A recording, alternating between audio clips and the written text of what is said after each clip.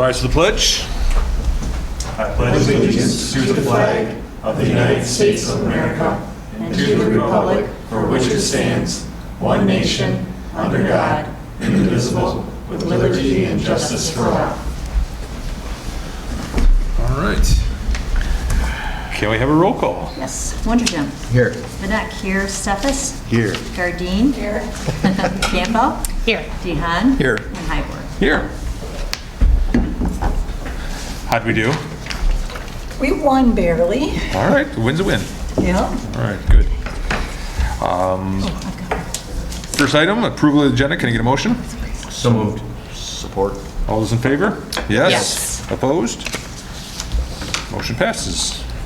On to the one item we have on here is the discussion, the superintendent search planning. So I want to introduce Mr. Mark Palmer. Mark is going to be our search consultant from MASB.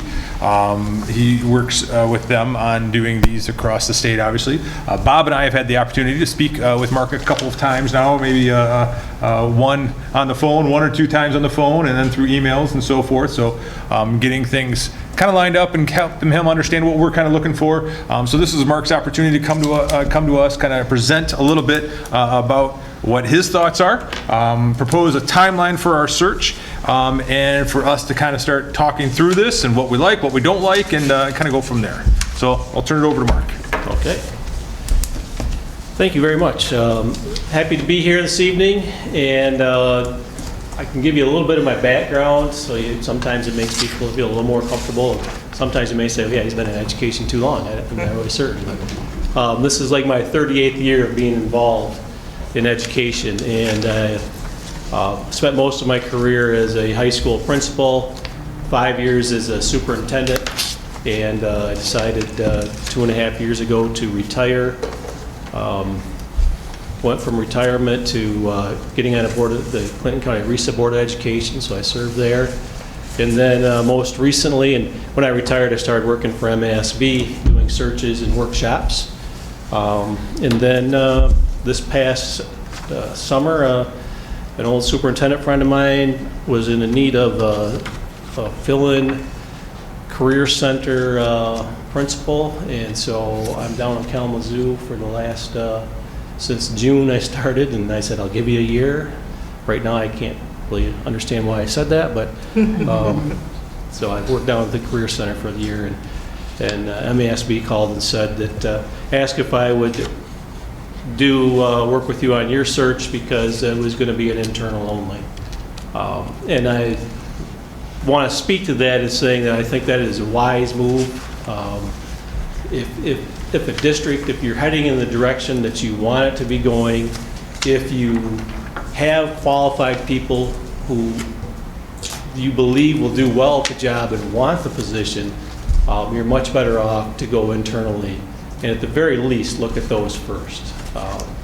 Pools that we're seeing aren't nearly as large as they used to be. I think Bob and I were talking way back when he started, you know, you look for a superintendent and you get 40, 45 applications. Mm-hmm. And now we hope to get, for a school the size of Grandville, we're looking at 20 to 23 or so. And quite often a number of those are not really what you're looking for or qualified for the position that you want them for. So it is wise. If you have people in your district, we always say, look at those people, and if you can have it just makes a smoother transition, and you know what you're getting. And so I think that's important that you did that. That's what you're considering. So I gave you a packet tonight. Some of you have the white packet, some have the blue. It's only because at my house I realized I ran out of a nice white packet, so I picked up some blue ones. But in that, on the right-hand side is a PowerPoint, which I know that the district provided you with that as well. But if you want to follow along on that, we're going to walk through that here in just a minute. And then I have one timeline there, and I have a sample posting of what we could do that I could have up as early as tomorrow.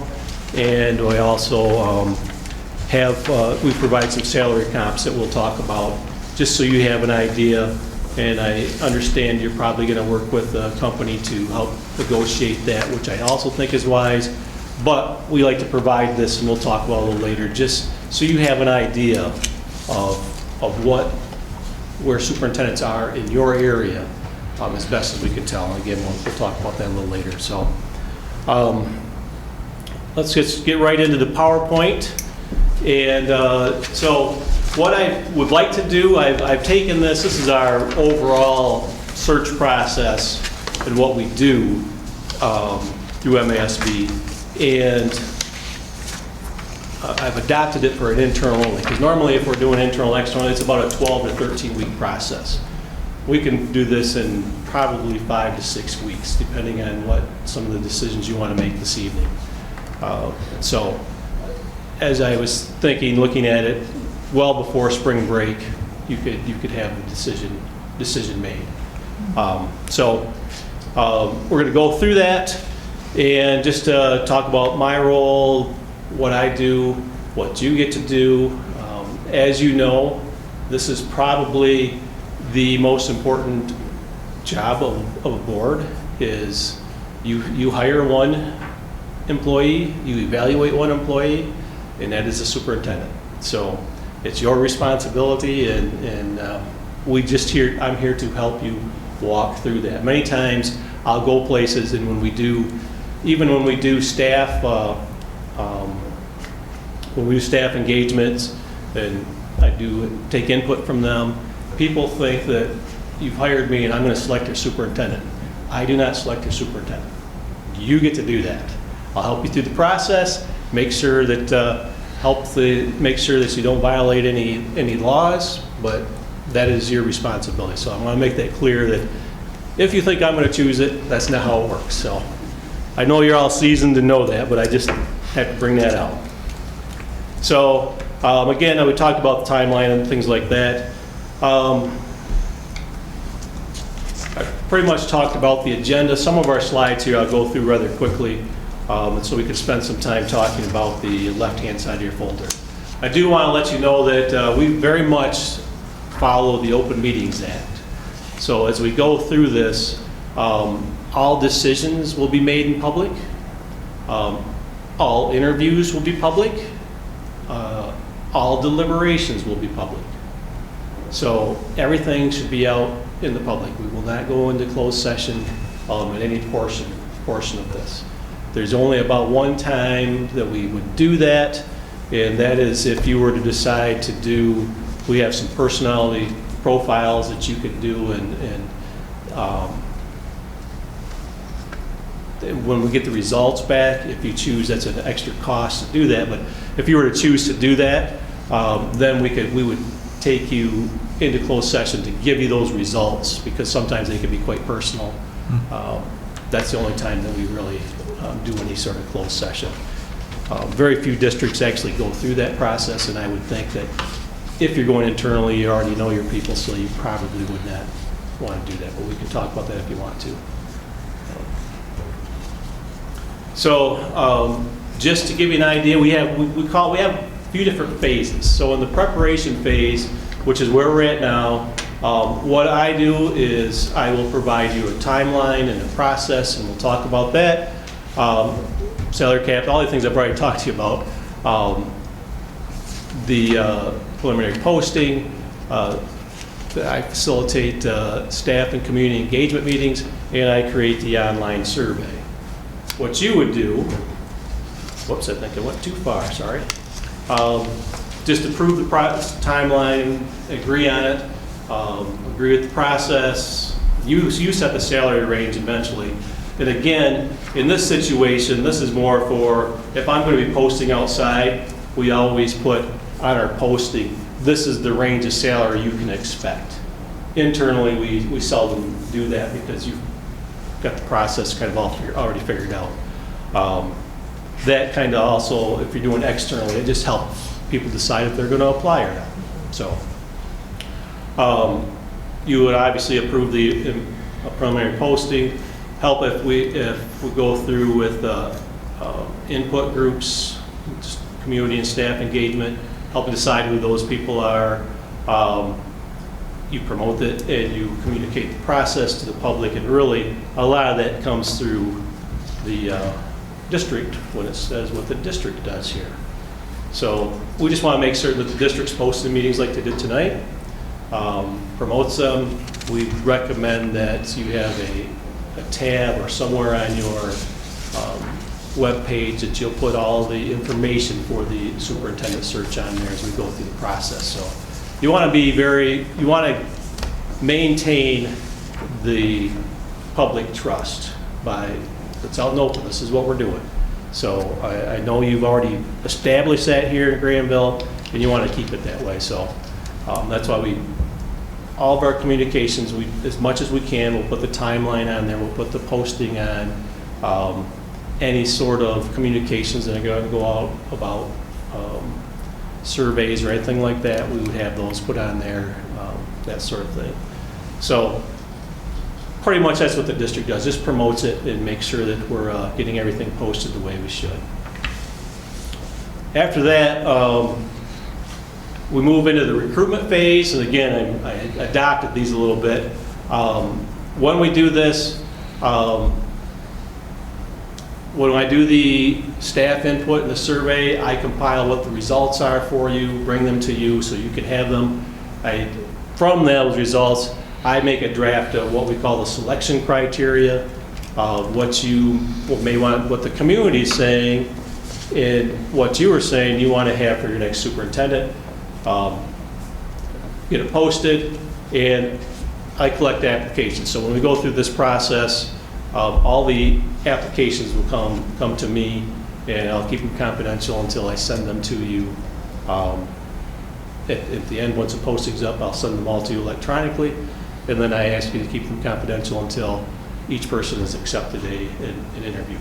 Again, I'm getting ahead of myself. Sometimes I get talking and forget I have slides on that. I want to ask a question of clarification on that. So, in the past, any applicant, when we looked at those applications, they had to be looked at in the boardroom. So they could not be done outside. That is the rule we did as the board. So that if you want to see the applicant information, it would have to be in this room, because we can't afford to have it go outside. I mean, is there an issue with that, Mark?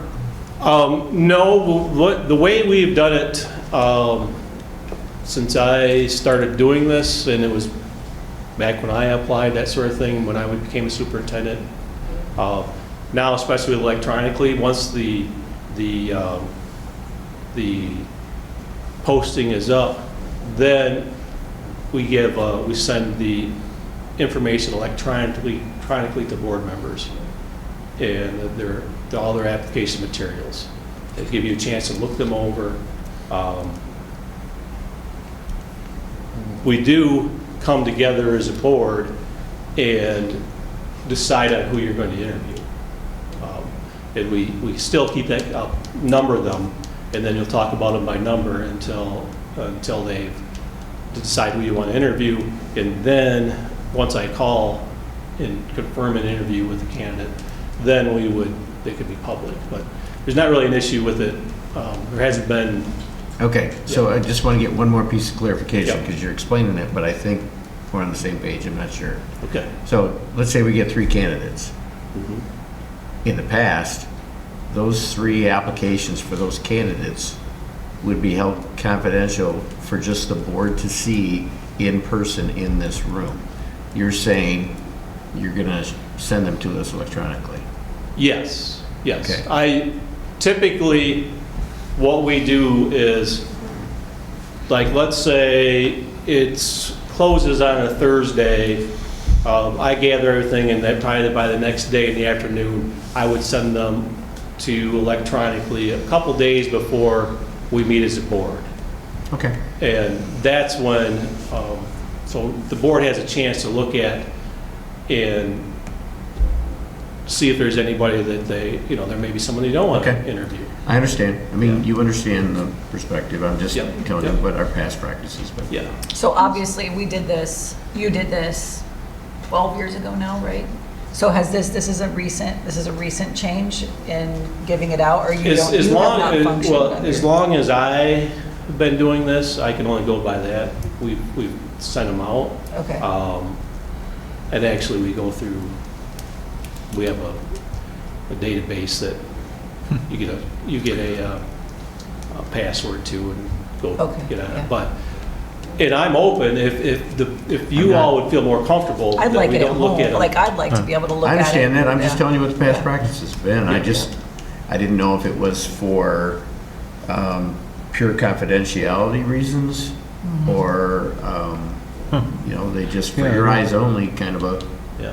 but I'm fine with it, I'm just telling you past practice. Yeah, yeah.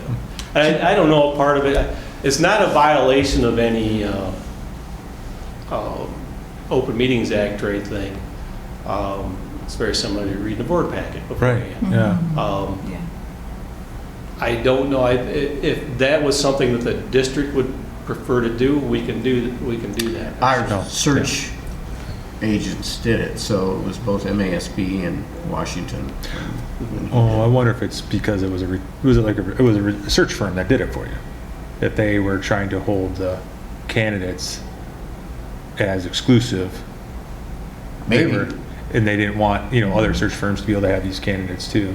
Maybe. That's something, I'm just thinking, right? That's a good point. That's what I did as a I don't search know. agent, right? When I was helping companies hire Maybe, people. We because would it was much more competitive back then. Exactly. I bet As that's to who probably, you selected. yeah, that's It could have probably, been. yeah. Just So the sorry public for the wouldn't necessarily- delay. Well, I was just trying to think through an HR standpoint, right? Why would you not? Because at some point it's going to be public, because you're going to talk about who you're going to want to interview, right? But like you But said, you're it's going to probably do it much as a more. group. That was our whole thing. Yeah. But that's okay. I'm just stating it. I'm just Yeah. giving you past practice, and I'm okay with it. So the public wouldn't necessarily see all the applicants, it would be just the one. But I guess when we discuss who we want to interview, we would likely talk about all the applicants. It's not like Correct. disclosed to like, these are all the people that applied or anything. Right, it is, we keep their names confidential until they have accepted an interview. So we would talk about them, we would talk about them by, I usually assign a random number, All right. And I may come in, and if we were doing, let's see, if we were doing an all-out open search, a lot of those you would get, sitting superintendents, that sort of thing. And so they don't necessarily want their name out there, Yeah. because if they don't even get it, if they don't get an interview, or they don't Right. That could hurt them, Yeah, and that sure. hurt them in their is current another reason. Yeah. So that ties into that. Yeah. I'm just telling you what Yeah. the past practice was. Right. I'm just amazed, that must have taken a long time to No. have, it didn't take that long? No. No. Because they would say, okay, everybody's here, please within the next 2 days, come in and review in the boardroom. So it's like Okay. a skip. Yeah. And then when you're done, everyone would have theirs, and you'd have to give the packet back to Yeah. the secretary. And some of that may have been also, quite honestly, that we weren't electronic age. Correct. There was a lot, It was if you paper. sent everything out paper, Yeah. if you Everything was printed paper. every application off for every board member, that's a lot of paper. So that could be part of it as well. Can I ask a question? Once we get our applicants, and we are going to then get into the process of selecting who we want to interview from those applicants, correct? Do you provide for us some sort of guidelines in terms of what we should be measuring, if we could give a measure to these applicants, in terms of how do we weed out who we want to interview? I'm sure that some of those characteristics are things that we have to decide. Will that be part of this process, that we as a board decide what are our priorities as we look at even the basic applicants? Right. Okay. So I'm going to again go to if we were doing an external and internal search. The only thing that I do is we would say, we've developed that criteria after you've surveyed the community, your opinion, what you want in the next superintendent, and then I will look at those and I would say, all right, let's say we had 12 people apply to a position. I would look at them and say, these are the ones that I believe have the experience and fit the criteria that this school district is looking for. So I would put them in the, I call it my top tier. And then I'd have everybody else in the bottom tier. And since it's electronic, you can choose anybody you want. You can look at all, you see them all, so you have a chance. It's not just me looking at them. But I do try to prioritize and say, this is what you said you were looking for. These ones, in my opinion, look like they fit what you've asked for the most. Doesn't mean you have to go with them. And then usually, so let's say we had 15 people apply, and I would like you to choose. That's why we give you the information a little bit in advance. Look it over. Here's what I feel the top tier is. Here's everybody. Come to the board meeting on Monday night with your top 6. And then I just go around by number, and I ask each board member, what numbers do you have? I guess my further question, though, is like, do you give us guidance in terms, like even like a numerically valued rubric, say, so that we are able to do this as objectively as possible, or? I do not. Okay. I do not. Okay. Yeah, it's really looking at what you said you wanted in the superintendent, and you go through and how does that fit with your criteria for each person? Do they have the experience that you're looking for? Do they have they demonstrated, whether it's visibility in the community or whatever it is, those sorts of things. So they, have they shown, we wanted someone that had been involved in negotiations. Is this person that's done that before? That sort of thing. So it's kind of hard to put a rubric because everybody's a little bit different how they're looking at it. Make sense? Yep. Okay. All right. All these questions help make other slides go fast. Yes. Well, there's probably a lot here that I have could skip over, and I can't remember if we went through this slide. So, again, in the recruitment phase, we just ask the district post meetings, post everything that we're doing. And here's an important part: when anybody in the district, or even if you get asked questions by potential candidates, direct all of them to me, and I can work on getting their answers, that sort of thing. So that's typically what we do, send them to one source. Usually that's not an issue, they know that, but you never know. So even though I'm sure you know this, some boards miss out on this, and I want to make certain. When you look at qualifications required for a superintendent, they should have a administrative certificate, and then they also have to renew that by doing 150 hours of professional learning. It could be taking classes at college level, that sort of thing. You have to do that every 5 years, and then you pay the state of Michigan some money, and they'll give you a piece of paper. So you can, as I'm going to show you right here, you can go with someone that's not certified. I'm not going to go through that process because chances are you'll have all certified people, but there is a process. If someone applied and wasn't certified and you really wanted to interview them, we can get you there. But I have a feeling that with an internal only, you're only going to get certified people that apply. So I'm not going to go through these slides because I just put them in there so you'd have it. Things that you typically look for, obviously an educational background. When we're doing an overall search, it's interesting sometimes when it goes nationwide, some of the applications you get. So I'm going to be honest, if I get one that doesn't have anything close to have an educational background, I don't give you those to look at. But anyway, usually look for advanced degrees. You usually look for what kind of professional development they've done. Have they been to MASA has a program that's the Superintendent Association, Horizons program, or MLI, which is the Michigan Leadership Institute. They run their SUPS Academy. So those are kind of things you're looking at when you do it. You also want to look at what are their district-wide responsibilities, contract negotiations, their operations, have they been through a bond if that's what you're looking for, that sort of thing. What experience do you have with budget development? So those are just, you don't have to have it, but I'm just want to make sure everyone, if you haven't been through the process before, I wanted to make certain you knew that. When you get to the interview phase, normally we go through 2 interviews. With internal ones, we typically have 1 interview, and it'll be about an hour. It's usually an hour and 15 minutes long. And again, in the interview phase, even internally, we can talk about this, but let's say you had 2 people apply internally, and it's obviously that they are qualified. We could just set up the interviews.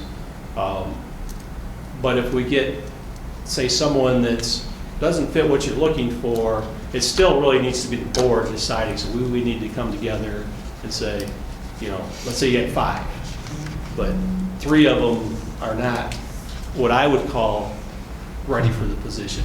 But still, you have to decide if you want to interview all 5 or interview just a couple, or whatever the case is. I will advise that, in my opinion, that you really shouldn't grant courtesy interviews just because somebody applied. This is an important position, the most important position in the district. It's actually the only employee that has to be employed by a district. So don't ask me how you do run a school district without teachers, but the law says you just have to have a superintendent. So, I'll again facilitate the winnowing process. You would choose who you're going to interview. I have a board prep that we would go through. I can't remember if it's, I will suggest when we do the interview board prep, we'll talk about things to look for as you're going through an interview. I will bring in, I have a bank of questions that I will get sample questions. I'll put them together, suggest them to you. That is also your time to be able to add your own questions that fit what you're looking for in Grandville. Yep. But I bring them in, so you have to have a starting place. Because if I just came in and said, okay, let's start working on questions, we would be here for hours. So I notify the candidates for interviews. I set the times up. In the interview process, they are open to the public.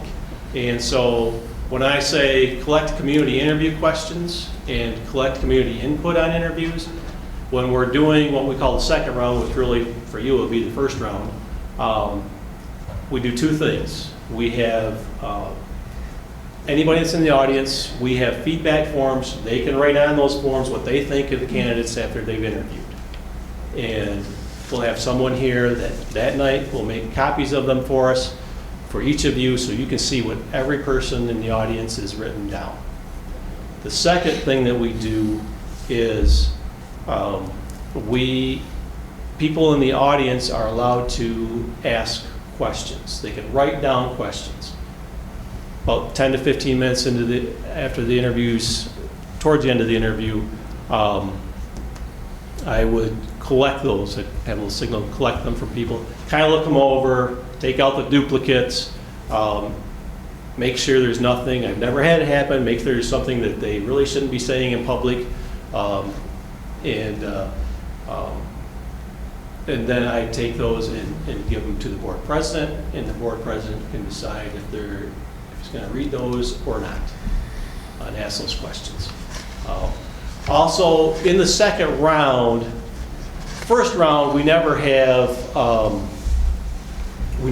follow-up questions. Ask clarification questions, but we stick right to the script. This is kind of the second round, so you will be able to ask a follow-up question. If something you're there, there'll be an opportunity. The president can ask you, is there any other questions, that sort of thing, when we get towards the end of the interview process. Or if there's a follow-up, he doesn't quite understand something, that will happen, just to let you know that. Point of concern. So when we hired Dwayne Sheldon 33 years ago, the board did something with the recruiter, and I don't know who the recruiter was because I was just a candidate at the time.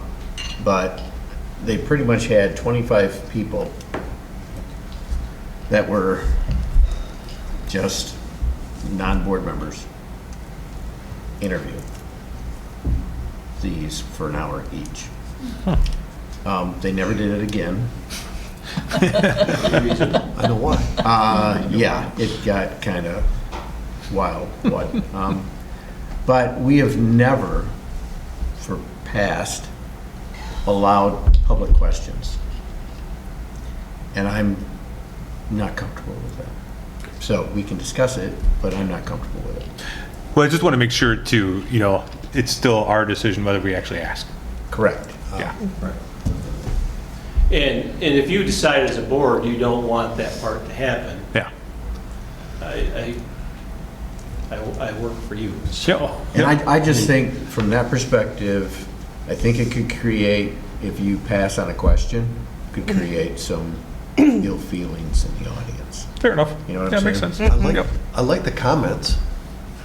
Right. Maybe accept We always get comments comments. on that, so We always get comments. That's fantastic. People can state, I think, how they view the candidate. Is there any way that we could solicit questions prior to the meeting? That could be, with a disclaimer saying, not all questions will be able to be addressed during the meeting, and this will be to the discernment of our board. And then ask them? I don't know. I just thought there might be that happy medium. I understand. I understand the desire to do that, right? I mean, and this is kind of maybe even more of a bigger, broader, statement on a couple of things in the proposed timeline, right? Whether it be even the community input sessions, right? I look at it two ways. First off, if I felt personally that we had some major issues we need to address, if we were going in the wrong direction as a district, right? And if I felt our community thought we were going in a bad direction, right? I would say this would be important for us to do. I think the majority of our community, a vast majority of the community, and the vast majority of probably everyone here on the board feels we're going in the right direction, right? So it's not something we really need to go out there and solicit a lot from. Second, I guess I look at it, and for this board, right, we agree on a vast majority of things. Do we have things we disagree on? Absolutely, right? But a vast majority of the things we agree on. But we're not a monolith. And what I mean by that is, most of you, I don't see you for the 2 weeks I'm not here. Meaning, we've all been elected, we've all been chosen by the community to do, this is one of the main things we do. And because we don't really hang out, if you will, on the outside and hang with the same group of people, we really represent a large portion of the community. So again, I guess I go back to the fact that because we all have our pockets of people that we know and that we are interacting with, we are gathering input from those folks, whether they be Bob, his wife, and the teachers, and the community members he knows, the folks from the elementary schools and so forth, right? Who from kindergartens and the East world and the high school world and so forth, right? We all have these different pockets. So I think we really have I feel we have a good pulse on what that community is. Well, you know what? looking I'm going to for. push back on that Please. a little bit. Yeah. Because we are all middle to middle upper class people here, correct? I'm going to make that assumption. And there is some pretty large pockets of people in our community that are not represented by socioeconomically here on this board. And I'm not saying that, I don't disagree with what you're saying in terms of the direction of our district. I don't. But I do wonder if we do not give voice to some of the things that maybe we just are not aware of. Because I'll be honest with you, my circles don't necessarily dive into some of those areas in our community. They just don't. I'm older and I don't have younger kids, and so I'm not with a lot of these younger parents that might be struggling or are just concerned or want to see or have desires for certain things in our district that I'm not aware of. I'm not trying to put us all in the same bucket, but I would say that we're similar enough in that way. And even though my circles are not your circles necessarily, I don't think our circles up here are necessarily some of the circles down here.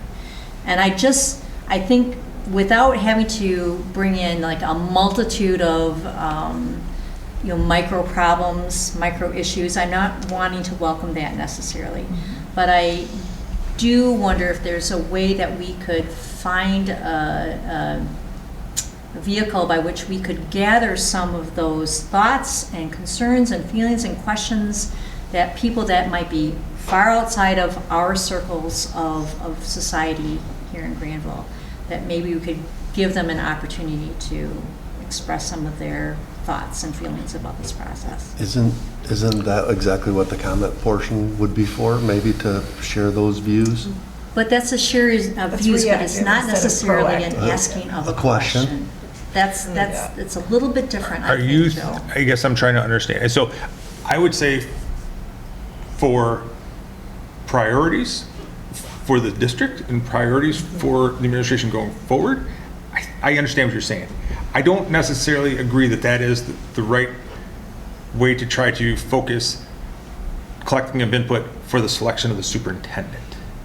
Because I don't know how you do it unless you do, to your point, right, is there's, what I hear you saying, and maybe I'm wrong, is that you're looking for a certain socioeconomic viewpoint, or even, I guess it's a social and economic viewpoint that may not be represented here with the people here, right? And I don't know how you get that unless you do a very focused survey with that group. Well, I don't know if you're going to, I'm not even saying that you're necessarily going to get that, Jason. I'm just saying that when we don't have an avenue for people who want to have some input into this process, when we don't have that available to them, I think that is exclusive in a sense that they might want to bring up things, and yeah, they could make it in the comments, but how do they get their questions asked? So I'm not saying just an open blank, Yeah. anybody's got a question and ask your questions and we're going to ask them. I guess I would say Yeah. a couple things. Every one of our emails is posted on the school website, right? And we have board meetings twice a month. They don't have to only bring their comments to one of these sections. They can email them to us. They can, Can I just say please, something real quick? please, yeah. I concur 100% with what Jason is saying for both of those points. I think if we try to cover the entire world within this community of opportunity for input, we'll never get there. So I think this is the most effective process. It has worked for the most part in the past. And how many times do I 100% agree with Jason? Well, I guess I would like to ask you, Mark, what have your experiences been with people, districts in gathering questions from the community? Well, How is the that way done? we gathered is if you're here, you can write a question and we can ask it. My thought is two things. One, if people are really interested, they're going to let you know what they think. They will contact you.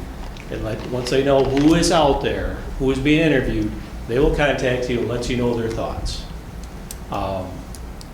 If you just say, we're taking questions, who knows how many questions you could get. And it would be a And I get never-ending that, process. yeah. So I almost wonder if in the community and staff, in kind of those engagement meetings, if, for example, one of the prompts would be, what are some questions that you think, we should have, just as a prompt where maybe we could get some ideas, and then as we're formulating all of our interview questions, right, then we, take that into account.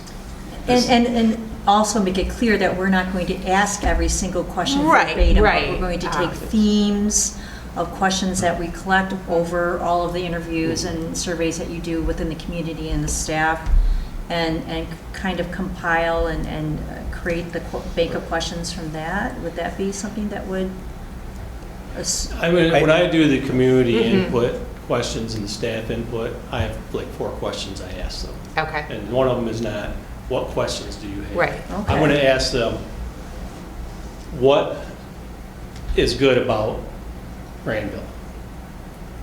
What are challenges you see for the district in the next 3 to 5 years?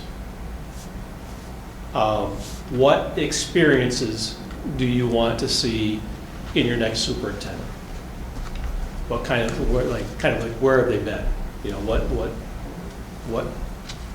what would they like to see? What's their background been?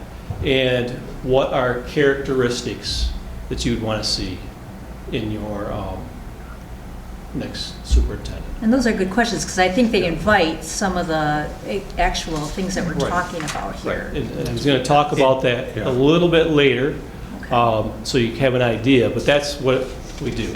And I'm going to be honest, it's a mixed bag in what you get when you do the community one. I've had ones where I thought, I'm going to have a full house, there's no way this seating's going to work, and I'll get 4 people. I've been put in auditoriums, and I had 4 people show up. You know, some smaller districts, it's like I can fill this room easily. It's the weirdest thing. I've been in big districts, I can't get anyone. Sometimes with the staff, because I would normally go in and kind of get ahead of my slides, but Bob, it'll take me quicker when we get there. When I go in, we limit them to 60 minutes. And I keep them focused on those things, because some once in a while you're going to get somebody that wants to go off on a tangent, and that's not what we're not here to solve every issue that they see in Grandville. We're here to find out, what are you looking for in a superintendent. So you don't go to those sessions, I go to it, and I keep it focused on that. And it's, you know, during the day, I will, like, usually it's right after school hours, I try to meet with, I come in the district like on 1 day, maybe 2 days. Come in, I meet with like central office staff. I meet with the entire administration. I do these about 40, maybe sometimes it's union leadership. So, and then I will offer a staff, like typically right after school, depending on, you know, where, sometimes it's just in one high school, one secondary building, and one elementary, depends on what the time schedules are. So you will go to each individual building? No. and- I wouldn't go to each one, I'd probably, I don't know how many buildings Yeah. you have, but let's say We I have- think you have one high school, right? One high Yes. school, And this is, yeah. and this is part of the process, right? In that, you know, I guess I view it as, again, if we were going outside, if we had major things we need to turn the ship around, I would fully support this. But from the people that I have spoken to, and I don't know what the rest of you guys, right? But I'm overwhelmingly hearing, keep the train going forward. Keep going, keep building what we have. It's not course correct. That's not what I'm hearing. It's Okay. go ahead, I'm sorry. I'm going to say it again.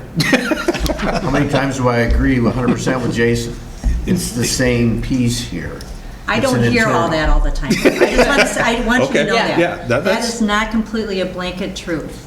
And so I just guess I want to make sure that we have the opportunity to explore the areas where, in this position, that we could address some of the areas that others perceive as weaknesses. Yeah, and I will say, that's good that you're not hearing that all the time, because then you're that piece, that voice of that community, right? That, Which is Right. why she's That- which is- asking, how do we get those voices in? Yes. She's So, got and it. I agree with Yeah. Bob. She's How got that often do I voice. agree with Bob? Like, right? I agree that I don't. This is I like, don't oh my want God, I here- got to play the lotto. Right. We do not, like, I don't, there are times when we know that we have a million public comments that are not going to be conducive to what we need to do to find a Right. superintendent. I 100% agree with that. Right. I also do agree that there needs to be some type of open, and you're right, like, I think people can email and all of that They stuff. We can will. collect Sure. those They will. questions. I do think that as, you know, you're going to make sure that you're going, okay, that sounds more of like an interpersonal building problem Like, okay, that's something that you would take to your principal. That's something you would take to your teacher, right? Because we know that that's what ends up happening. We forget the ladder, the rungs up the ladder, right? So, but I also think that we need to make sure that my cell phone fell on the ground. We also need to make sure that we do, like, I'm very proud of this district. I also know that there are some things that are things that are of concern. And again, right, we always say this, Roger has left this district in good shape, right? He's leaving with a lot of empathy and compassion and all of that thing for some of these things that are happening, that are outside of all of these great things that happen too, that I believe happen also. And I So think that, Jason, just oh, go ahead, Brent. Just sorry. in the process that Mark outlined, are you saying that you don't even, like, you wouldn't need the community input or the staff input? You would skip that also, or? I would, yeah. If we wanted to do something, maybe a community survey. That was through SurveyMonkey, a very simple thing. I disagree with that completely. I do not, Yeah. I think we need to have a staff and a community input. I don't think that is a wise thing to do. I really And why don't. is that? Again, because I think the more opportunity you give people to at least have the opportunity, they might not take it, but they have the opportunity to have their voice be heard. Right. At least you can say, we gave you a chance to express your opinion, and if you don't do that, then they can say, So- where did I have a chance to say anything about So why this?" would that survey, quick survey, not fill that bill? Okay, maybe I misunderstood you, Jason, I'm Yeah. sorry. So you're saying, okay, clarify for me what you would do, then maybe then I wouldn't do all the individual meetings. If we wanted to do a survey of staff and community, like we've done on a number of different things, right? Okay, maybe we do something like that, but a simple one, right? Because I don't want to get, because there's so much out there, and I know someone just mentioned that, right? You're going to get so many voices, right? You know, potentially so many voices. And I don't want to get paralysis by analysis.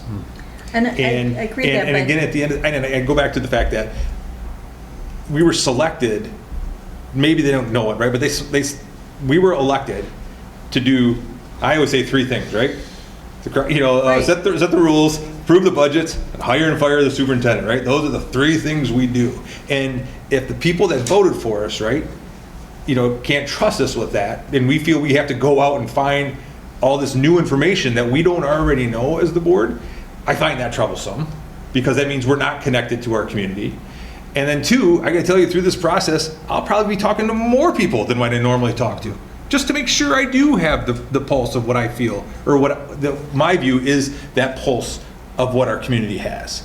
Right. And so, I mean, I guess, I don't know, and so, go I ahead. guess Yeah. my concern is, one, it is an internal search. And I want to make sure that when this person, who takes the position and ultimately and kind of ends up there, that it is a very robust process, so they don't end up a little bit later on and everybody being like, well, nobody talked to the teachers about this person, right?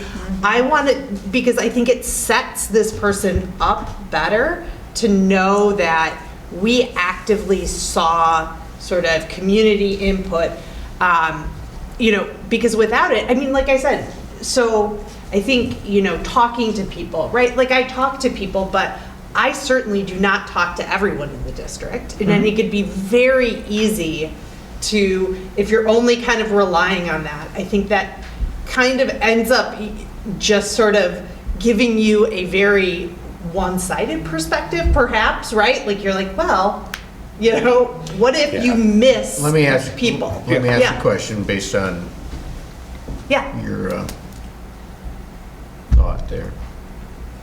So, if that were to occur, and someone gave their input, so that the intent is they have a voice, we take their input, but we don't ask the question or the area that they want. Right. Then they're going to say, they asked, I Right. put it in, I felt like they completely ignored me. So it's, you're Right, damned if you do and damned if you Yes. don't. Yeah. I mean, I think that's a good point. I think, and I can see how doing lots of these meetings would be time consuming. I do think though, it is really critical that with the community and with our teachers and staff, you know, if like, Yeah. the teachers I know, I would probably be okay talking to me or whatever, but that's a subset. I think even a survey, just to do our due diligence as to, you know, what is their perception? What do we need to do? I'm not a teacher in this district, right? So I don't know kind of necessarily what their experiences are and what they need to see. And I will say, there are two things that I would rather be damned if I do, you know what I mean, with a survey that gives the voice to it, and then we can say, we're the experts, we're the ones that you've entrusted to look at these questions and see if they are valid concerns. Then the other thing is, you made a really good point about setting up the next person. Like, we have some really great candidates, right? And I know we're gonna have amazing candidates internally. But you had mentioned what happened with, can't remember if you said it was with Greg Warson. When, like, Greg? when they just hired him right away, they didn't have like a lot of that, right? Like it was like an appointment instead of an interview process. And that didn't go well for him, which wasn't fair, right? It didn't go well from the board's perspective, not the community. Well, but, you know, what we want to do is we want to make sure that we're not setting up our next person to be that person that damned if you do, damned if you don't. I think that this survey is not a bad, I think that's not a bad approach. It almost feels like a happy medium because, as with Bob's, and I agree, sometimes we get stuff that comes in here for questions that are just, they would undermine our whole process. And I think it would undermine our confidence in the people that we know are very qualified. But I do think that having surveys, it gives people a sense of input. And again, not everybody does those surveys. Not everybody, like a lot of people are like, oh, superintendent, I guess that's gonna get hired, you know? Well, and I But- think some of the wording of how you present Yeah. these questions is paramount. I mean, I agree with you. I believe in representation, and that's why we're here, no doubt. Period. The thing that I want to build off of that is the idea of trust. And I think when you have transparency and you are inviting people's voices, even on a survey, that I think that engenders more trust in the fact that, yes, we have people on this board that we voted in that not only can we trust, but they trust us too, to give them our feelings and our opinions. And I think then also how you invite a question, you put a disclaimer on that. You say clearly, we are, the questions that we are seeking have to do with the qualities that we are searching for in our next superintendent. These are not about pinpoint issues or events that have occurred. Yeah. It is, about characteristics and traits that we need in our leadership. Okay. And May- we So may or I- may not use some of, Interject here. yeah, The survey we took, first of all, it is not open-ended. Right. okay. Right. Did away with that. Exactly. So, I'm going to tell you the 10 questions right here. Yeah. Oh, okay, Yeah. great. It is not open-ended because it becomes finger pointing, it becomes, Right. We don't it want becomes that. attacks on the board. It doesn't go in the direction that you want to, when you speak to, you're looking for a superintendent. You're not looking to Right. solve all the ills of any Right. district. So, we say that's the standard if you're a resident of the district, because if it's going to the staff, they may not be a resident, they may work here. How long have you worked for the district? If you are, you choose the type of stakeholder, parent, grandparent, teacher, employee, whatever it is, would rather not say.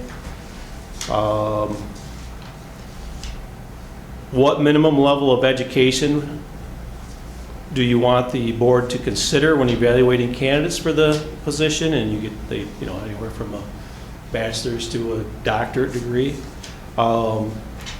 List of positions of the positions that you would expect your superintendent to have held in the past. And again, you can choose, there's like a dozen different things to choose. Teacher, building principal, superintendent, another district, assistant superintendent, finance director, and it just goes on with all the positions in the district. What are specific areas of expertise that the next superintendent may possess? From your perspective, how much weight should the board place on each area? So your rate, budget and development, budget management, public relations, curriculum development, contract and labor negotiations, human resources management, contract administration, facilities management. So you rate those. 6 different types of leadership styles. So we have leadership styles.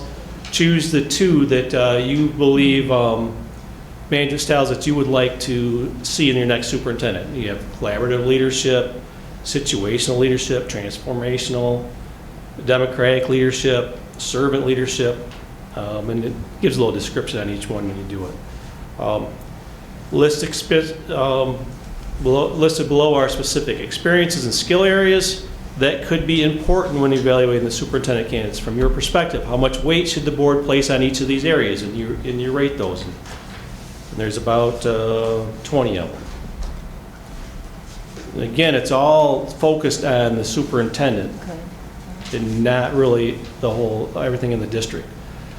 Personal characteristics, again, we list some characteristics, rate the performance of these anywhere from honesty and ethical, transparent, problem solver, approachable, collaborative, those sorts of things. And the last question is, in choosing the next superintendent, which path or strategy below do you think the Board of Education should take?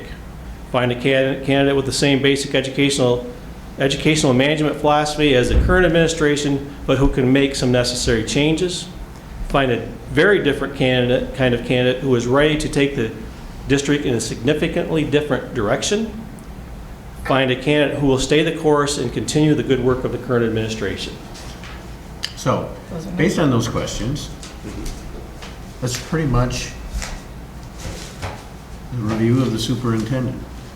That is their annual review. Yeah. So based on that, I think we're closest to that.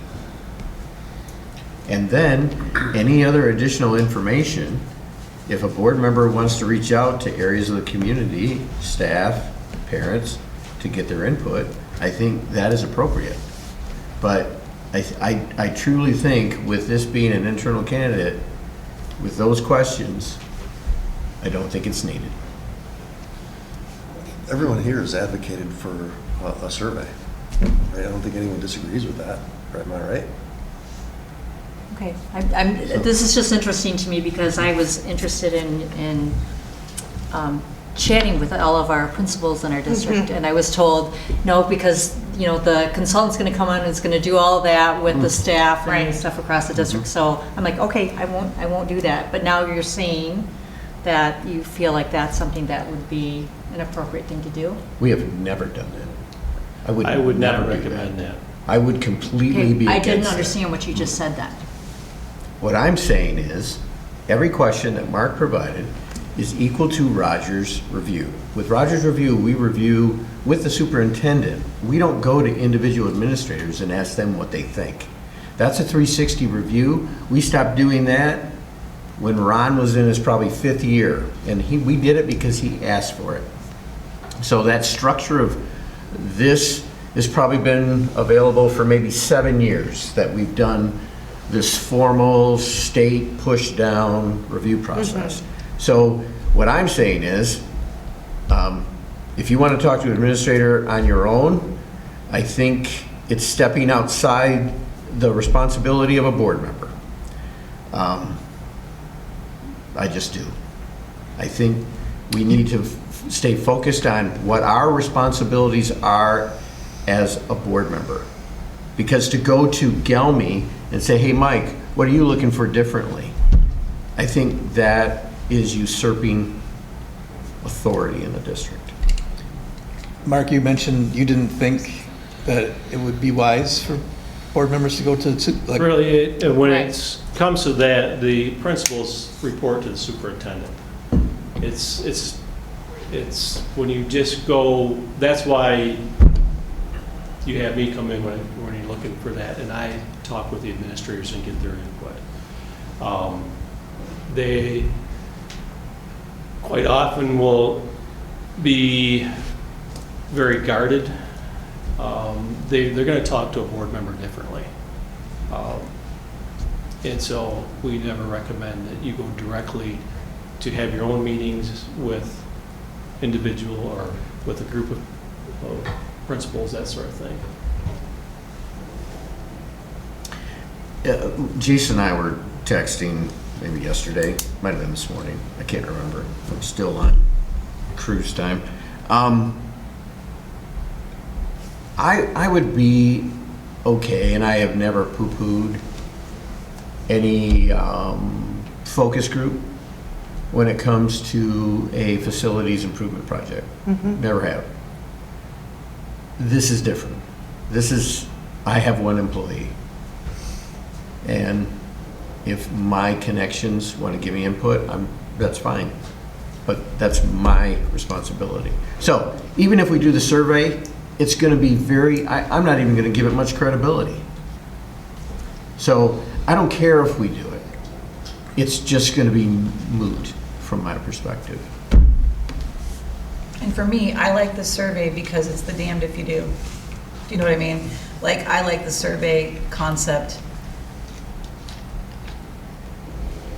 even if it's just an assurance. It's not gonna hurt. Do you know what I mean? Even if it's just to say, we're assured, we're going in the right direction, even if what you're saying is, and what a lot of us feel that, it's good to have at least that survey. That doesn't, like you said, it's not an open-ended, give me 3 things that you feel about Right. But it does A, seem like. B, or C, but it seems like it gives enough. If we see that there's one area that's overall in that survey low, then we can start to think about that a little bit more pointedly.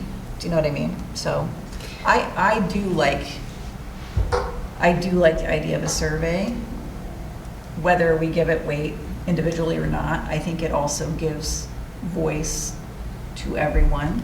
And even though, like, I agree with you that people will speak, sorry, I don't mean to like so you can make eye whack you, contact. buddy. I'm a hand talker. Even if what we were talking about with, if you go to individuals, they will speak to you differently. This takes out that element and it becomes an open-ended, like, please give us your feedback on what you think, and those 10 categories are good, but Yeah. I do think it's important to have some input. But those are, the questions in that survey are different than what you ask in these engagement sessions. I asked those 4 questions. Right, those, and so I think the information that we might get from those engagement sessions, right, would actually be a little bit different. Like, the survey is fine, but I sort of like, what leadership style do you prefer? Yeah. I don't really think that's that useful. I mean, it's. But the engagement questions are. Right, and so I'm just thinking from the standpoint of being transparent and making sure that we provide opportunities for groups to say, this is what I think is great, this is not. We might get irrelevant sort of information, and that's fine, you can just ignore that. But I do worry that if we say, especially because this seems to be a pretty consistent process in superintendents, am I wrong about that? Like, do most districts offer this? Well, This is MASB's yes, process. this is our MASB, but everyone that I do, we go through this. Right, Every consultant does it differently. right, Yes. right, They typically do some sort of surveying. right. And I'm going to be honest, I did my last internal one, we did do it. partially because they didn't know if, when they got the process done, if they would be going outside. They're pretty confident in what they had, and they did go internally, but they still wanted me to do that. So that's what we do. We usually put you get most of your responses in a survey within the first 5 days. I would expect that probably we'll get 200 to 250 back. That seems to be like the going rate, although it's weird because again, it's much smaller districts. Right, I've gotten a ton of them, and then larger ones, like, I don't know, no one's interested. So And- it's, And I just want to, because I've heard the transparency word a couple times. This meeting's open to everybody right now, right? The next 3 meetings we have about this are open to everybody. So I'm not, I mean, I don't know how much more transparent we can get. I mean, we're gonna have But public it's not comment at the. transparency for us, it's input for others, is what I'm saying. They have the opportunity to come here and give public comment. They're going to have the opportunity to give public comment at the next 3 meetings associated with this search, let alone the other open meetings we have. Right, but would a teacher or staff feel comfortable? I mean, I'm thinking just in terms of a staff engagement meeting with an external consultant, I think they would probably be more comfortable with that versus coming and publicly, Or sending us a note. We've had plenty of teachers send us notes Yeah, if it was important to them. I guess, I don't know, I don't know. Again, I want to be careful if, it's not necessarily a democratic process, right? This is a hard job. This is what Right. this is like one of the 3 things we're here to do, right? Yes. We get a chance to vote on that budget once a year, right, or twice a year. We get a chance to work on the policies, right, and go through that big old white binder, and make changes to that.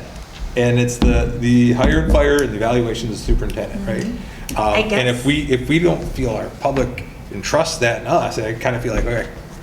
right. I guess part of that And again, public. and I'm sorry, one more Go thing. ahead. And last thing on that. And again, if we were going outside and we felt we had major issues in this district that we had to change course, then I would say, yes, absolutely. Let's do all these sessions, and we're going to take 12 weeks and we're going to get this thing right. I just don't feel we're there. I would agree. 100%. 100%. Yeah. 100%. You know what? If you're, I think you, I'm not, what I'm going to say, I don't mean to insult anybody, okay? Yeah. I think you need to reflect on how you feel you engage with the superintendent today, the issues you have, the positives you have, and then try to find resolution to the problems or issues that you have with the current superintendent and the way that management is done. Roger is the one superintendent that I'm incredibly impressed with. And for me, I'm going to tell you that's a lot. In the fact that Ron Kniff never tried to harness internal candidates. He never did. What did they do? They left the district to find the next level. Roger has done the complete opposite. He has seen where their desires are, and he has tried to hone and mentor them. And that is a huge value to this district. For sure. So from my perspective, I'm comfortable in this position. If anything, if we're going to do anything, you can do a survey. But to meet with staff, it's unnecessary. I think it's unnecessary because we all have our reach. So, okay, I'm done. We've beat this.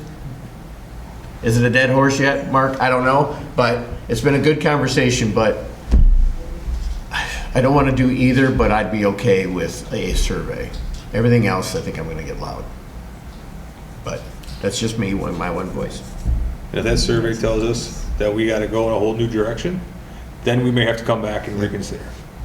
I mean, that's the most important question on. It was the last one, On that right? survey was, are you happy with it? I don't know what it was, happy with the direction of the district, or does it need to Yeah. make? Exactly, that's what I'm saying. And if That it one comes says- back, like we Yeah. would anticipate that, stay the course, then, Yes, and or with a few minor tweaks, right? You know, but if it comes back the other way, and, you know, there's a overwhelming majority, and we have more than 20 people respond, right? Let's say we got to go in a different direction. And this will be sent out to every resident or adult resident in Grandville? The way typically we do it is, I work with the district office to, one, send it in all the emails for all the parents, students, staff, send it in an email, it's posted on the district website, you post it on, usually on their social media site. Whatever, if it's typical to send, you know, newspapers are kind of gone now, I have no idea what's in this area. That's typically, it doesn't, I'm sure, unless Grandville has some way of sending electronically a mailing to a survey out to every single resident, I would be shocked, but if they do, that's the only way you can do it. Because if you had to send it out, like some districts do a newsletter still, and they send it to all residents. we do. That's timing wise, it's probably going to Yeah, it takes too long. Yeah. But it's on the website, social Yep. media, those kind of things where most Send people out to are. parents shared and sort of Parents and- weekly. Yeah, and the people who are most involved, I think, will be the ones. I think that that's a are good interested. compromise. I think that, you know, Yeah, it I think so will too. at least provide I an don't think avenue. there's a drawback to a survey. No, right, I don't either. Like, I think there's a drawback to saying we don't even care enough to survey. I think that Right. there is Yeah. that, even if it's just for image sake. You know what I Because mean? you I don't talk think about- I said we don't Yeah. care. No, but what I'm saying is No, what it it looks might be like. I'm not perceived saying like you that. don't care. I'm saying what that looks like from a public perspective, right? Like, I'm saying, I don't think there's any drawback to a survey. And especially if we're gonna get what we are kind of assuming we're gonna get, you Yeah. know? Because if anything, I think it could create a sense of distrust if we don't I agree. provide some sort of avenue for some way to answer these questions on the survey. So, If we don't provide that to the public and to especially our staff. and it sounds like we're all on board with this, at least a survey, right? So, I agree. yeah. Okay. So just to be clear, so I'm here to generate the survey. Yeah. Don't do the Yep. engagement sections. Correct. Okay. Got it. What slide are we on? How many slides have we done? all the way at the Well, I end. have 28 Kinda here, we're jumped on away there. 18, I think and we've jumped around. quite honestly, most of them I talked about as we go through them. So, let me just see if,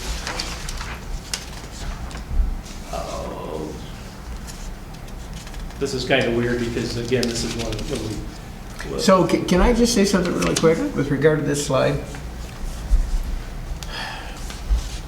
I'm going to say it because I actually think this has the meaning, and I just want to make sure it's correct.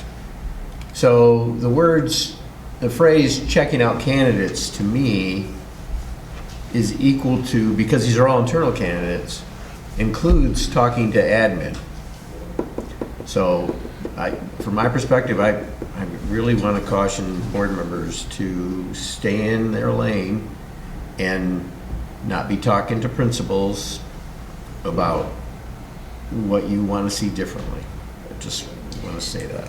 I have a question about, so you said that when we come in, we're gonna talk about them as far as numbers go and all that stuff. So like, I'm gonna be like, okay, you are 1, I am 2, she is 3, correct? This is kind of the setup when we're talking about it in a public meeting, correct? Yeah, we had, Yeah. let's say we had Candidate 1, candidate 2, Candidate 1, candidate 3. candidate 2, Yeah, right? yeah. So when we get these in our emails, are they set up with their names or are they set up with They will not 1, have, 2, and 3? they will Okay. have. We names. get full. Right, we get full disclosure, Okay. but, okay, I just We have want to to be, make sure. you have to hold confidentiality. Yeah. Sure. I had Okay. the same question. I wasn't curious if Yeah. that was the way Yeah. that was. You'll get all their information and everything, but it doesn't become public until they have accepted an interview. So, and we just, quite honestly, you're gonna know a lot about the candidates when you see them because they're internal. Yeah. Yeah, It's more of for a sure. external one when we're getting candidates that people don't know about, and, well, this board member knows another board member in another district or whatever, and they'll call, and we frown on that, so. Again, I'm just gonna be here to answer, I facilitate, I don't make the decision, I'll help you with the decision-making phase, I would help you make the decision, come to a consensus on that. Again, it's all in public, and when it gets to it, and hopefully you would do it on the nights you do interviews. You'll see that I have, usually when we complete them, board members can make their decision. Sometimes we have a backup date, or you come back with your final decision.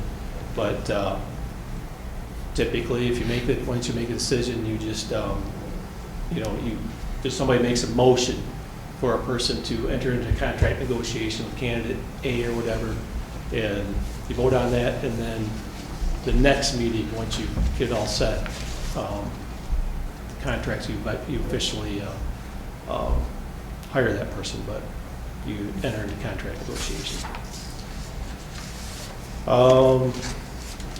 Again, it's just the decision making. We should make certain that the district just handles getting the communications out, posting the meetings, that sort of thing. There are some things within the onboarding process in which, there are certain things that we can't do as a district. The district is required to get the criminal background check. The district is required to contact the previous district to see if there's any red flags there. It slipped my mind the word I want, but you won't actually have to do that because they're already here. So you don't have to contact yourself to see. Hopefully you would know if there was any misconduct in their work before that time. But again, it's required by the state of Michigan when you bring somebody in new, and we can't do that. You have to do that. You manage the process, we manage the candidate. Right, exactly. Kind of went through this whole slide here. We've talked to the people. We're doing the survey, but we talk about feedback.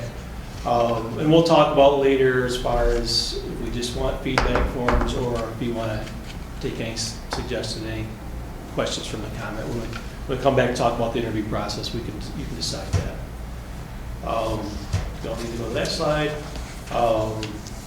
Once we get there, you've hired your superintendent. We're not going to leave you high and dry. We'll be here to answer questions for you. Typically, we have a superintendent board transition workshop where you set some goals and we help facilitate that. You may or may not want that with an internal, but it is part of the process.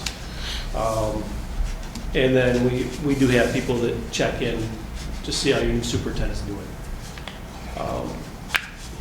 This is kind of saying the same thing I just said.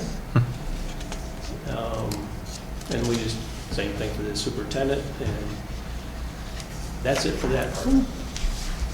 Okay? Now, so if you look at the left-hand side, I have provided you with my first timeline, the timeline that I think would be workable and preferable. But without doing the meetings, I'm going to have to think about if we can do it a little quicker. This still gets you done by the week of March 16th. Okay. I do have another one where we would shorten some things up, but we're doing February 11th right now. So I can probably get this survey out. I'll work with whoever in the district. I'm thinking, is it Holly? Yeah. Work with her we've been in a little bit of contact through email about how things are sent out around the district. So I'll work with her on getting that set up. And then I can get the survey out. it should be out for at least 7 days. So you can see on here, I have it closing on February 26th, which is, most of it will be, come back within the first 5 to 7 days. We need a couple day turnaround, and then I'd come back and give you those results. And I have March 2nd here, and I'm thinking you may already have a board meeting that night, but I'm not 100% certain on that. Probably. And so I'm flexible on my Yes. dates on that, but that's when, if there's anything that stands out, or I could develop, I'll come in and show you, here are the results, here's the selection criteria that I think. We could change it up however you want at that time. And I would come back at that one and do the interview questions, get those ready to go. And then the posting would close, I have a closing on March 9th. And we can, I would get you the information back to you by the 10th. Then I'd come in here on the 11th. Hey, Mark, real quick, where do you have it, where do you have it posting? When does the posting go up? Can the posting go up on the 13th? The posting, I have it ready to go, so He it can says go up early as tonight. early as tomorrow. Okay, but, so we Okay. leave it up for 10 working days, or what's the typical? He's got posting We closing March We wanted to 9. leave it up for at least, get we it. want to leave it That's up what for I'm at least 10. Okay, I usually like to have it up until after the selection criteria comes back, so, but that's in a full 12-week process. right, And that, what they'll do is, we'll talk about the posting in a minute, but we'll leave it open a little longer so it gives candidates chances to gather recommendation letters. Okay. Depending on other people to get that kind of stuff done. So we'll talk about that part in just a second. It's usually a little longer, but, seeing how it is internal only, that's what so I think I can have it up by the end of the week, and that would give them at least 2 weeks to get it out there, but, yeah, so you're looking at 15 days if you pull it down the yeah, 9th. yeah. Okay, So, and then I'd come back, I'd give you the information on the 10th, I'd come back on the 11th, and I put on there if it's necessary. Let's say you had 2 people, and I'm going to say it's 2 highly qualified members from your district that you already know. It's very obvious that we may not have to come back. I can just set the interviews up. Let's say you had half a dozen. Now all of a sudden, I need you to find out, tell me which ones you want to interview. So what you're saying is we close on the 9th, we get the packets on the 10th. The 11th is ad hoc if we receive an abundance of candidates and not the few Yeah. qualified. So you have a meeting on the 11th already? no, No, Oh, Second, okay. though. first and third, Second, Second, and and then then whatever. sixth. first and third Mondays. yeah, so it's second, so we would look for that March 2nd meeting, that board workshop, either 3rd, 4th, 5th. Do we want to set a date right now while we're looking at it? Anybody have a preference? March 3rd, 4th, 5th? Wednesday the 4th. So I'm slightly confused for a minute here because the way, I thought it was going to stay open until the 3rd. Yeah, you think keep it open for a little over 2 weeks, or 15 Right. days, yeah. So why would we meet on the 4th? For the criteria, the interview question development, and that type of thing. Okay. That's really kind of putting together the interview I process. can't do the 4th, sorry. 3rd, 5th? Anybody got a preference there? I can do the 3rd or the 5th as well. I can do either of those. Me too. All right, let's do back to back. Let's do the 3rd. Fine. Who's bringing snacks? So where it says the March 2nd, make that March 3rd. March 3rd, okay. Got it. 7 o'clock. Yep.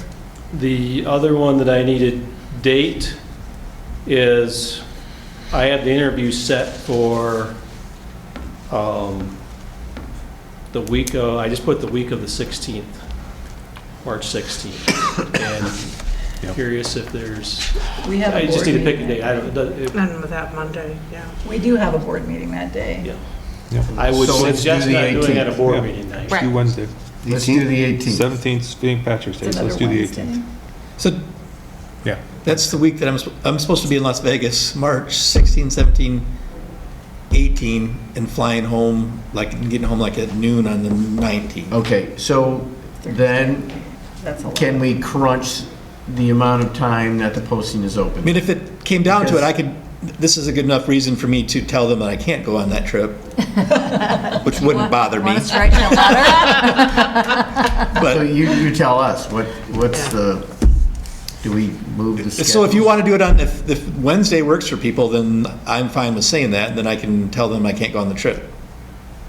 He wants us to say Wednesday. The 18th it is. You realize it's being recorded, right? He's good, he's good. If my They boss sees can't this, see I'll that give I'm him. I'm pinching him, he's saying that because I'm Okay. asking him to. So, 18th. So, Sally, yeah, you can so do that Wednesday? the 18th, right, is what we're saying? if there's one, so let's You say can do there's that one Wednesday. candidate. Okay. I just want to go with a hypothetical. Let's say there's one candidate. Is there a need for a second interview? If we feel good after the first one. No, I didn't no, think we were no. doing a second. We weren't doing, we don't have, this isn't include a Only second one interview. interview. This is only one One interview. interview. Yeah, one and done. Okay. And then we would go into negotiations if that candidate is what we're looking for. We would make a motion to go into a negotiation. Okay. So you're going to provide all of us with an updated schedule, because I'm chicken scratching on this right now. March 18th is the I day think we we, decided March 18th. And I understand that. Yep, I agree. If you could provide Yeah. an updated schedule based upon what we just talked about, Mark, and get it to everybody, that would be wonderful. Okay, so I have set of March 2nd, March 3rd, Yep. March 2nd. and then interviews on March 18. I'm going to take out the community engagement part. Yep. And then, do you want an alternate board decision later, or do you just want to leave it to TBD? Let's leave it TBD. Yep. Yes, I can do that. If you're good with that, I can do that. And then the only other change was the posting range, or is that still pretty much the same? That'll be the same. Based on the Okay. time we just kind of reviewed, it would be the same. Okay. Now, is my understanding that during the interview process, and maybe I'm getting ahead of myself, I don't know, do we all formulate questions together? Do we Well, that have- will be part of that March That's 3rd gonna be meeting. part That's of where the- develop the selection criteria, develop the Yeah. interview questions. Okay, perfect, that's, Yep. I will. And he'll bring a we'll- whole. We'll have Yeah. probably about 15 questions that we'll have prepared, and I will assign them to each of you. We'll make up, I'll come with sample questions, we'll choose which ones you're going to ask. I'll make up packets for each candidate, so you can write on them and all that, and score them and that sort of thing, the way you want to. And then, however, because this is what we are considering a second one, if you get in the interview and you want to ask a follow-up, you will be able to do that. First round, we always say, stick to the script. But second round, it's a little more, I don't know if I want to say it's conversational, it's still formal, but it's a freestyle. yeah.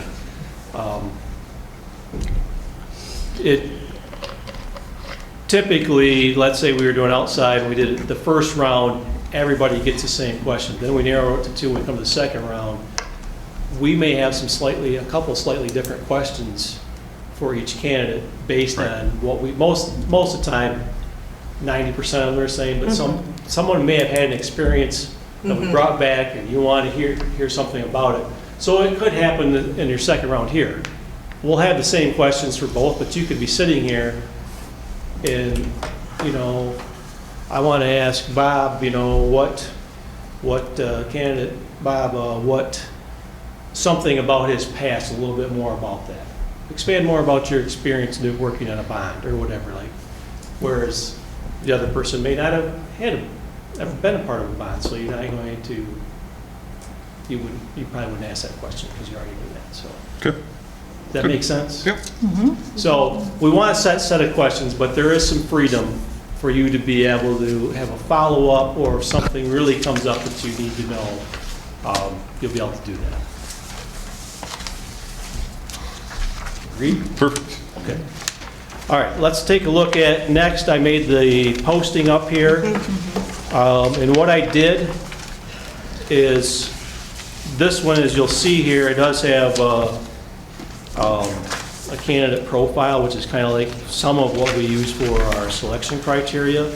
But I did take the posting from the last time around and include some of these things in doing this. So I just wanted you to have that. You could see it there. These were the credentials that you asked for last time. Again, I guess it does say expected credentials, so even if they didn't have a certificate right now, which I'm guessing everybody that applies will have it. Yeah. There's a way. It's always safe, you know, just to say expected. Yeah, rather than saying required, that's what I'm getting at. Because they could be in the, right, they could be finalized. Yeah, so, you know, I did the 5 years of teaching experience and 3 years of successful admin. That came off of your last one, is that? That's We're correct. all in agreement on that? Yep. So you can see here, everything will be sent to me, and this is what we will have. I will send to probably your HR person. It'll be posted on the website. Yeah, Holly No. or Raj. You will give it to Holly. Yeah. Yeah, I mean, whoever Holly told me to be. It just needs to be, make sure it's, however you post it internally. Yeah. Yeah, it's an Yes. internal- You'll Give give it, all your communication should go to Holly. Holly, yes. Roger is the parliamentarian of what this process is, Yeah. and we just ask him a question occasionally. So everything should go to Holly. Okay, yeah. And then, again, we'll put it on the website. This is the posting, we would not send out on social media. And distribute it however you distribute internally other postings. Yes, That's what we'll do. yes. And everything will come to me. Now, one thing I want to ask, because it is a shorter timeline, I still recommend, I did put 3 letters of recommendation. That's typically what we ask for. I think that's pretty standard everywhere. It is standard. And you know what? And if it's, then we just consider it at the time. Okay, But I still think that's sufficient time. okay. We can give them an extra more days. Most people it is. I was revising one for someone today, and they asked me, it's like, so, one of my former principals said. You know what? Let's say there's 4 candidates, and one of them only gives us 2. They're not going to get a ding. I mean, come on, we're reasonable. Right. And since we have a system that normally we have to apply through our system, but if we put it in that system, then it goes to everybody in the, like 12 different states. So it's an internal only, so that's why it's, everything is electronically emailed to me. Got it. Okay. So we don't go through that system. So we're good on that? Yep. Yep. I will,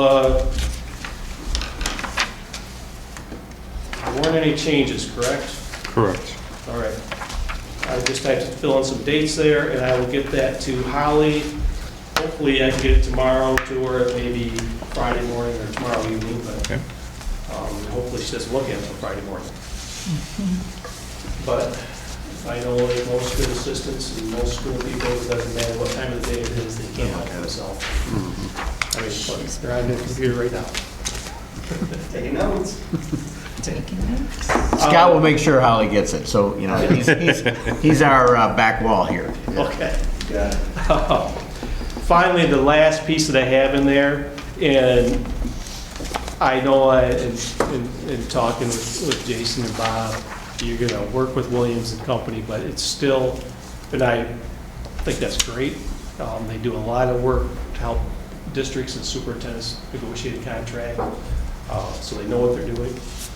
But we do like to provide, just to give you an idea, in your area, schools that are somewhat your size, you can't always get to your size. Like, for example, I was going to look at, I think it was Forest Hills. Well, I didn't realize how big Forest Hills was. They're almost 10,000 students, about twice the size, getting a little big. Even Rockford was getting a little bit up there, but you can't really. It's okay, Red. Yeah. That's okay. You gotta know what Rockford's doing.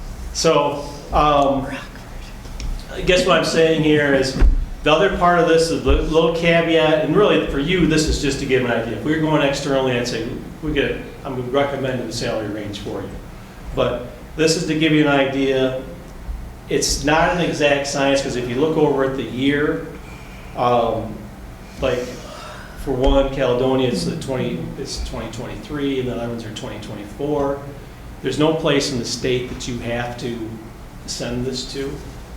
So MASB does the best they can to look up, like at the Mackinac Center, for example, usually ask districts for their superintendent contracts, and they go through and comb through those. And that's how we get these things. I want to just let you know that the pension's a fixed cost. You don't have any control over that. Usually when it comes to insurances, sometimes someone will not have any insurance. It doesn't mean they're not getting insurance. It means that they're probably on their spouse's plan or something like that. So the biggest things you look at are probably just the salary, annuities, in the other section, and you never know what the other section is. So some of them will have travel, some of them don't. But that's just to give you an idea. And again, not an exact science, but quite honestly, sometimes you take it to boards and they're shocked. They want a quality candidate, but they don't want to pay for them. So, Mark, I got a couple questions, and I want to give a little bit more information to the board with regard to this. At one point, with regard to setting up pay, when they were setting up retirement for the state, when it came to superintendents, or probably anybody high in admin, wasn't it that they took their first 3 years and then their final 3 years, or was it just the first? There's a lawsuit going on with regard to that. Can you kind of give a quick overview real quick? Yes. So typically, if you were on the old retirement plan, which was the defined benefit plan, you take your highest three, your pension is based on your highest 3 consecutive years of employment, salary-wise. And then there's a formula for all that. I don't know how far back it was, because it didn't affect me, and so I kind of lost track of it. I'm trying to think of the agency that they felt that superintendents were getting too big of raises, I guess. They were getting like golden parachutes at the end. At the end, correct. Yes, they were getting money at the end. And so I can't think of the agency. They said, no, we're not, they wouldn't, and so they wouldn't give superintendents. They said, no, we're only going to give you like a certain percentage of that or something like that. We're not going to count all that. There's been lawsuits going on, and quite honestly, I don't know where it's at this point, going back and forth.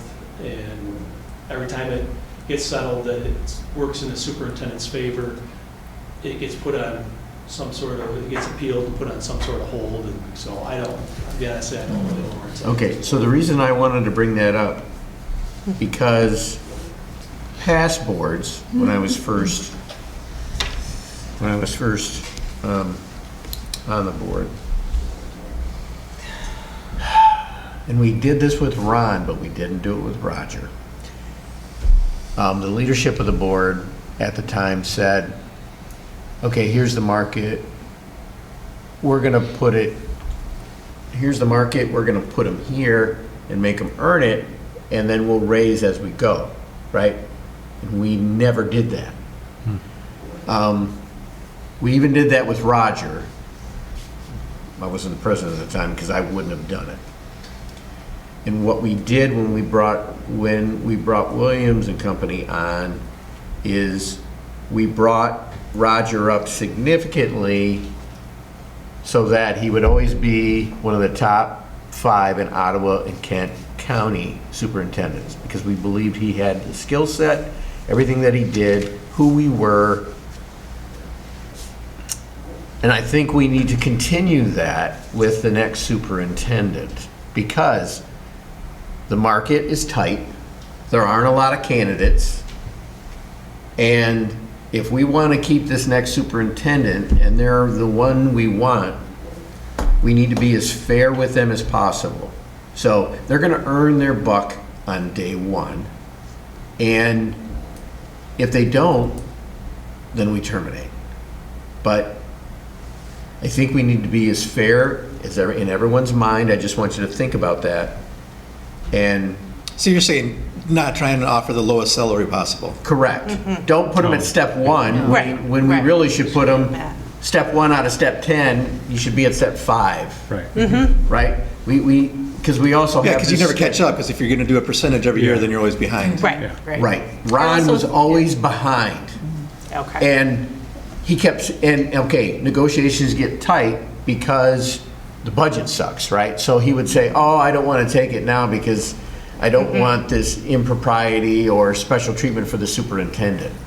So if we set it up from the beginning Yeah. to work, it'll automatically work on its own going forward. I just want to give everyone the thought of that when you reflect on this, as to what it needs to be and how we negotiate that. Does that make sense? Yeah. 100%. We need to be fair to Right. our employee. I think part of the discussion on that is it's easy to say we want to be fair too, because if this is an internal candidate, this is somebody who knows. Yeah. I mean, they're not starting from scratch either, right? So they're just not. Yep. All right. Okay. So Mark, the one to do for the board is give us an updated schedule, timeline. Schedule, and then I will work, usually I can get a turnaround to get the survey, QR code and all that, and I'll write a press release once I get that to send out on whatever, through email and through social media. I would think I could have it by Friday set, ready to go, to send out. It may be Monday morning, but usually they've got it all loaded, they just have to change it to Grandville. Yep. Ready to go. QR code. Jill can get it up on the website pretty quick. Good.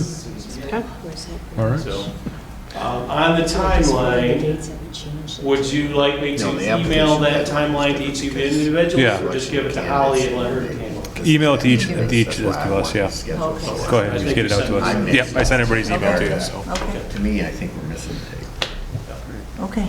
So, I'll send an email to all of you. I'll also send a timeline to Holly, so we can make sure that it gets posted in the proper spots. Perfect. And the posting, Great. Great. and the survey press release. What else do we need to accomplish tonight? Adjourn the meeting. Anything else from you, Mark, that you need to accomplish tonight? No?